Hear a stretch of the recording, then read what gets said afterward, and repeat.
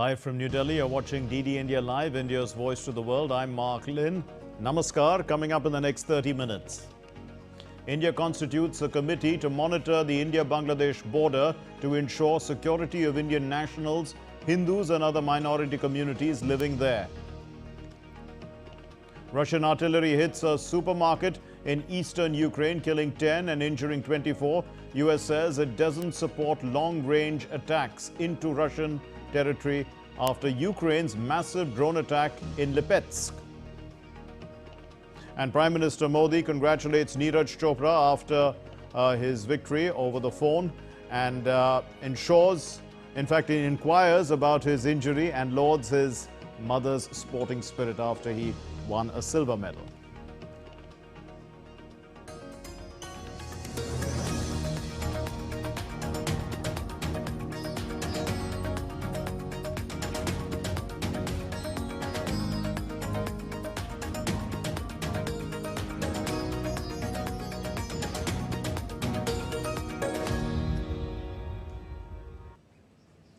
Well, with the ongoing developments in the neighboring country of Bangladesh, the government of India has constituted a committee. It's going to monitor the current situation on the Indo-Bangladesh border. The committee is to maintain communication channels with the counterparts, the authorities in Bangladesh, to ensure the safety and security of Indian nationals, Hindus and other minority communities living there. The committee in India is going to be headed by an ADG, Additional Director General of the Border Security Force of the Eastern Command. The Nobel Peace Prize laureate Muhammad Yunus was sworn in as the Chief Advisor of Bangladesh on Thursday. India's High Commissioner to Bangladesh, Pranay Verma, attended the swearing-in ceremony along with other foreign diplomats and guests. The Indian High Commissioner was formally invited to the event. Yunus, along with a 16-member advisory body, a council, was sworn in by the President, Mohammad Shahabuddin. The new government was formed 3 days after Hasina's resignation. In the latest on the Russia-Ukraine conflict, multiple attacks were reported on both sides. A Russian artillery Russian artillery, in fact, has hit a supermarket in the eastern Ukrainian town. It's an eastern Ukrainian town, killing at least 10 people and injuring 24 others. The attack comes after Ukrainian military attacked a Russian military airfield in the Lipetsk region of southern Russia, damaging guided bomb stockpiles. A state of emergency was declared in the Lipetsk municipal district. This is 9 people were injured and power supply was disrupted. In the Kursk region as well, fighting is ongoing, where the Kursk's nuclear plant is also located, and Moscow is transferring extra forces in response to the Ukrainian incursion in that region. Now, the White House has said, the White House spokesperson stated that the United States will contact Ukraine to understand its incursion into Russian territory. We're going to reach out to them to see what their objective is and continue to stay focused. We are going to continue to stay focused on making sure they have what they need to defend themselves against Russia's aggression. And for an update on this story, we are joined by DD India correspondent Megumi Lim, who joins us from Kiev. Megumi, Russia has stepped up retaliatory attacks. Have parts of Ukraine, including Kiev, been put on alert?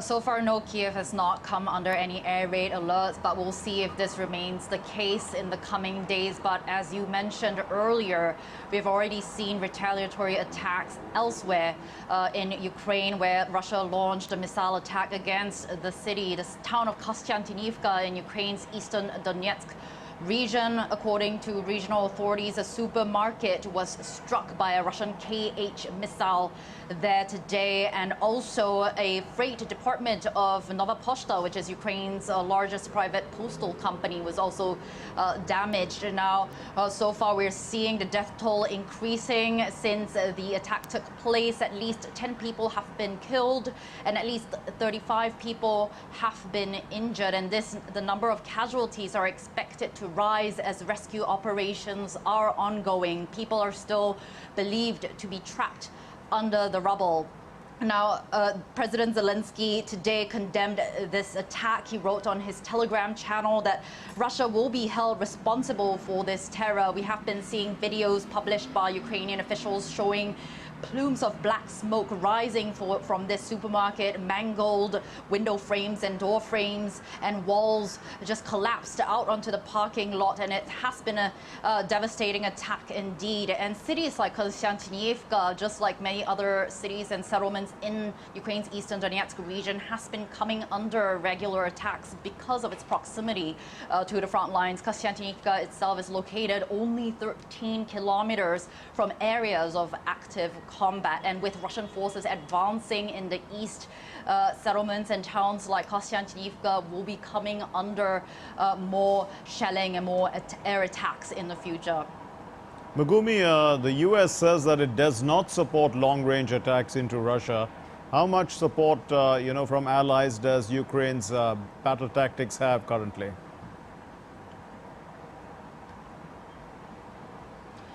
Well, that's right. The United States has not lifted the ban for Kyiv to use any of its U.S.-supplied long-range weapons like the ATACMS to strike at military targets inside Russia, but it has repeatedly voiced support for towards Ukraine's right to defend itself, and this was reflected in a policy change in May, where both the United States and Germany did lift some restrictions on certain types of weapons that Kyiv may use to strike at targets, military targets inside Russian territory. Now, the conditions were that these objects, Russian objects or targets, had to be used by Russian forces to mount attacks against Ukraine, which means basically only military targets, and the area that Ukraine was allowed to strike was areas that are close to the border with Ukraine, particularly near the Kharkiv region. This was in response to a major ground offensive that Russia launched in the Kharkiv region in May of this year. Now, this offensive did stretch Ukraine's already depleted troops and resources, but this policy change did help Ukrainian troops push back Russian forces and stop their advances. Now, in terms of this current ongoing Kursk incursion, where Ukrainian forces rolled into Russian territory, we have been seeing reports that Ukraine has used U.S. and German-supplied tanks and vehicles to enter Russia. And in response to this, the Biden administration and Germany has said that it supported Ukraine's decision, and the United States has said that this incursion is in line with U.S. policy. Megumi Lim in Kiev, thanks very much. Israel has agreed to send negotiators to the proposed talks, which are penciled for the 15th of August in Doha or in Cairo. Hamas, however, did not immediately respond. And in the latest attempt to end the Gaza conflict, the United States, Egypt and Qatar, they've called on Israel and Hamas to resume negotiations over a ceasefire and hostage release deal without delay. The three countries, which have been trying to mediate a deal, said that the talks could take place in either Doha or in Cairo. The leaders also referred to the present. They offered a final bridging proposal resolving the remaining issues. The renewed diplomatic push will be seen as an attempt to stop regional conflict from spiraling out of control after Hamas's leader Ismail Haniyeh was assassinated last week. Iran blamed Israel for that and has vowed a response, though Israel has not commented directly on the killing. The U.S. Defense Secretary Lloyd Austin held a telephonic conversation with the Israeli Defense Minister Yoav Gallant on Thursday. They discussed the U.S.'s steps in the Middle East to defend Israel and the Gaza ceasefire as well.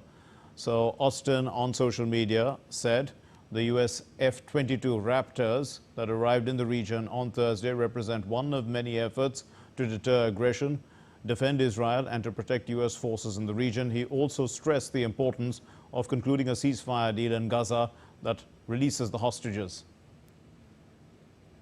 Air India on Friday alerted that it is suspending operations to and from Tel Aviv, Israel, with immediate effect till further notice amid a massive spike in geopolitical tensions in the region. In a tweet, Air India wrote that the situation is being continuously and monitored, and a full refund to the passengers with confirmed bookings will be provided. And it has shared a few numbers, contact numbers, which are 24/7 contact numbers. These numbers, I can read them out for you. If you have a pen and paper next to you, you can take them down. These numbers are 011-693-29333. I repeat, 011-693-29333. And the second number is 011-693-29999. Well, the U.S. Republican presidential candidate Donald Trump and the Democratic opponent Kamala Harris will debate on September 10 on ABC, setting up the first face-to-face matchup between these rivals in what the polls show is an extremely close race. In a news conference at his Florida residence, Trump said that he wanted additional debates on September 4 and September 25. He wants those to air as well. He suggested, in fact, that the debate that is to take place on the 10th should be aired on Fox and the others on ABC and NBC. I think it's very important to have debates, and we've agreed with Fox on a date of September 4th. We've agreed with NBC, fairly full agreement subject to them, on September 10th. And we've agreed with ABC on September 25th. So we have those three dates, and those networks, they're very anxiously awaiting that date and those dates. So we have September 4th, September 10th, and September 25th. Well, Trump said September 10 is NBC. But the Democratic presidential candidate Kamala Harris has confirmed that she is going to attend an ABC debate on September 10. Talking to reporters, Harris said that she looks forward to debating with Trump. Well, I'm glad that he's finally agreed to a debate on September 10th. I'm looking forward to it, and hope he shows up. Are you open to more debate? I am happy to have that conversation about an additional debate for after September 10th, for sure. Britain's government has urged police officers to remain on high alert ahead of a possible further raid or riots over the weekend. The disorder carried out by what Prime Minister Keir Starmer has described as far-right thugs has mostly affected hotels housing asylum seekers who were pelted with rocks. Now, predicted widespread far-right riots failed to materialize on Wednesday, and further action could take place this weekend. As per the British police, the British government is considering changes to the Online Safety Act designed to regulate social media companies following a week of riots which they say is driven by false information online. Venezuela's President Nicolas Maduro blocked social media site X, formerly known as Twitter, for 10 days, saying that it was used to incite violence during the elections. Maduro won a third term in the elections, but opposition claims victory. The protests erupted in the country. They were largely promoted by social media, calling for Maduro to step down. Earlier this week, the president also asked his supporters to abandon messaging application WhatsApp. Venezuelans held a candlelight vigil to demand the release of political prisoners detained by President Nicolas Maduro's government. The opposition groups and human rights activists organized the event in a public square in eastern Caracas. The vigil, it underscored the plight of many protesters, activists and political figures who were detained in the week following the contentious presidential elections. Maduro has said that some 2,000 people have been arrested during the protests. The US-based Human Rights Watch has reported at least 20 people have been killed. Okay, still to come here on DD India Live. President Murmu lauds India's diaspora in New Zealand for furthering bilateral ties. India's EAM Jai Shankar is to visit Maldives in India's neighborhood. And India's Independence Day approaches, So every house tricolor campaign is gaining momentum. It's called Har Ghar Tiranga.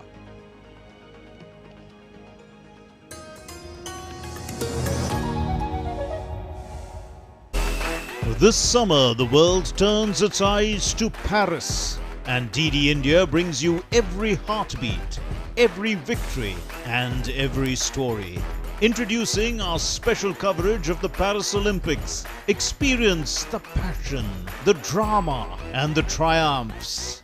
With exclusive reports, expert analysis, and up-to-the-minute updates. Join us as we bring the spirit of the Olympics to your screens. Get ready for the ultimate sporting extravaganza on DD India. DD India presents Champions Day Paris. Only on DD India. Every day at 6:30 p.m. IST, 1 p.m. GMT.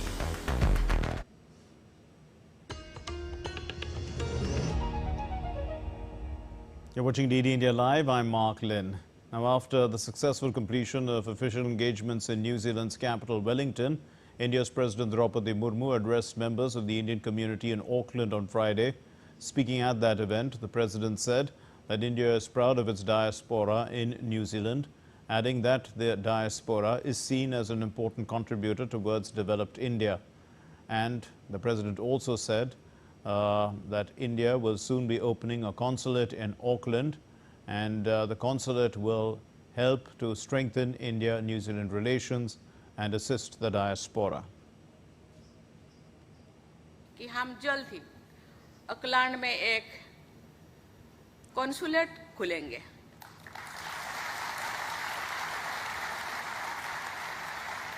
जिसका उद्देश्य यहाँ बसे हमारे प्रवासी भारतीयों की लंबे समय से चली आ रही मांग को पूरा करना है। मुझे विश्वास है कि ये न्यूजीलैंड के साथ हमारे डिप्लोमेटिक संबंधों को और बढ़ाने में प्रमुख भूमिका निभाएगा। Well, let's listen to what Dibyendu Mandal talked to the members of the Indian diaspora. Let's listen to what they said. I was super excited for this, and as also being a woman, it's a matter of great pride and privilege to be able to witness this today, and to see that the High Commissioner of India is also a woman, Ida Bhushanji, and also our Honorable President. So as a woman, I feel it's a great time to be a woman. Really happy that finally this has happened, and this will really go a long way in cementing the place of India-New Zealand relations. I think, for sure, the more we can have that trade with India, I think the better we'll get for all the kind of produce and ingredients, and yeah. It would reduce the price of our goods in the market, which would make it even more accessible. When they open a High Commission, it is like another home for every Indian living abroad. So the Indian diaspora considers the Indian High Commission as their second home. So for every Indian who's around any part of the world, this is a big honor and a big happy moment, especially for those people living in New Zealand. Well, India's External Affairs Minister Jaishankar will begin a 3-day official visit to the Maldives from today, and the visit follows the recent visit of the President of the Republic of Maldives, Dr. Mohamed Muisi, to India for the swearing-in ceremony of Prime Minister Narendra Modi and the Council of Ministers. The EAM had previously visited the Maldives in January of 2023. The Maldives is India's key maritime neighbor and also an important part of India's neighborhood first policy, and also for India's vision of Sagar, which is security and growth for all in the region. This visit is aimed at strengthening the close partnership between the two countries and in exploring avenues to enhance bilateral relations.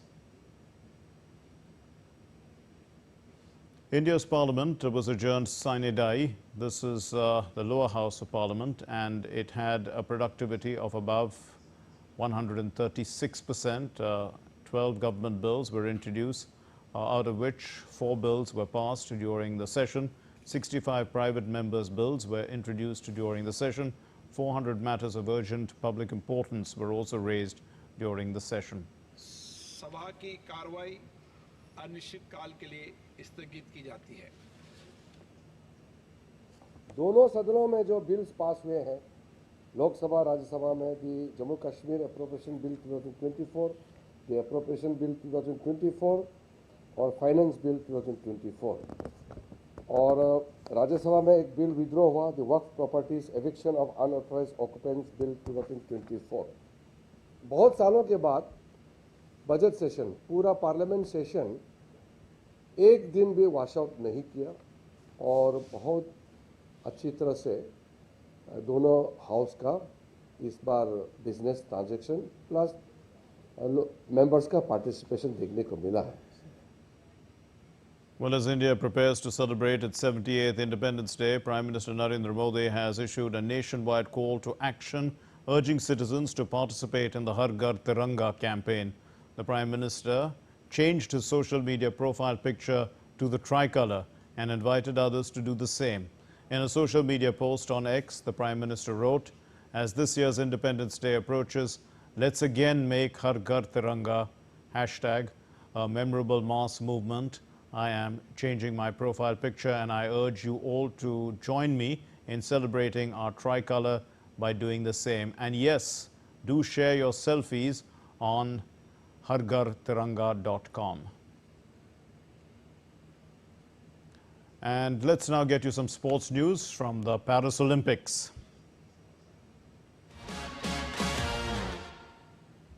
Neeraj Chopra etched his name in history once again, becoming only the second Indian male athlete to secure 2 Olympic medals.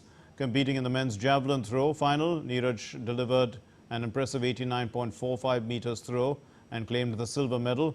The event was marked by intense competition, particularly from Pakistan's Arshad Nadeem, who emerged as the gold medalist.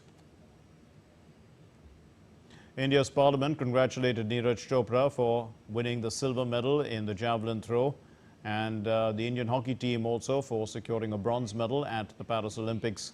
The Speaker of the lower house, the House of the People, Om Birla, praised these achievements as the sources of inspiration for the youth. उनके उत्कृष्ट प्रदर्शन के लिए हार्दिक बधाई देता हूं, शुभकामनाएं देता हूं। हम अपने खिलाड़ियों India's Aman Serhawat will be in the ring once again today, and this is a medal chase. Aman will fight it out for a bronze medal in the men's 57 kg freestyle wrestling. He will face Darian Toy Cruz of Puerto Rico. The match is going to take place at 11 p.m. Indian Standard Time, and Sherawat in fact reigned supreme in his men's freestyle 57 kg round.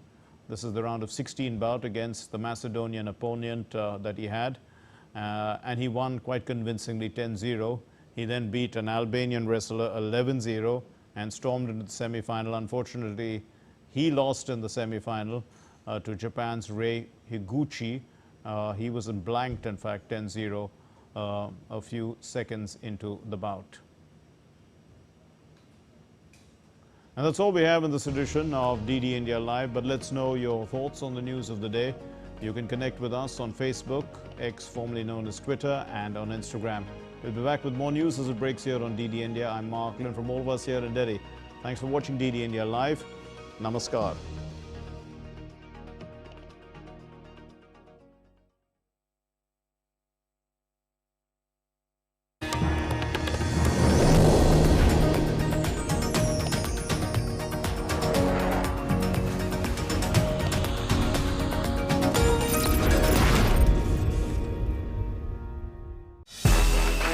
This summer, the world turns its eyes to Paris, and DD India brings you every heartbeat, every victory, and every story. Introducing our special coverage of the Paris Olympics. Experience the passion, the drama, and the triumphs.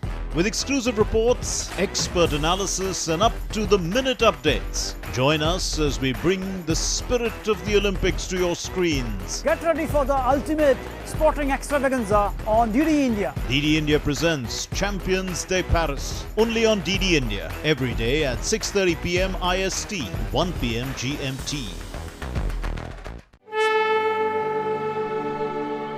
Welcome to Manipur, a state that's waiting to enchant you. With the jewels of nature,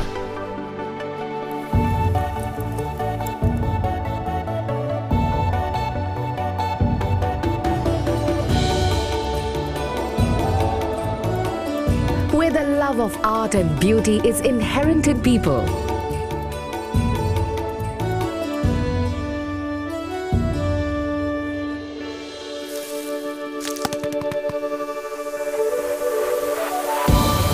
Full of trailblazing milestones.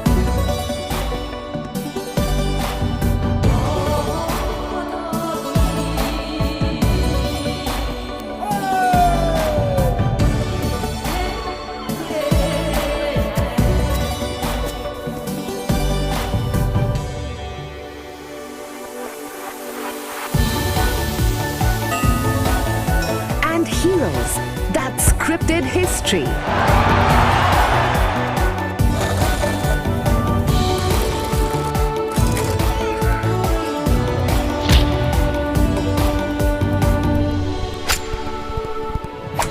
Its mystical charm will leave an impression for a lifetime.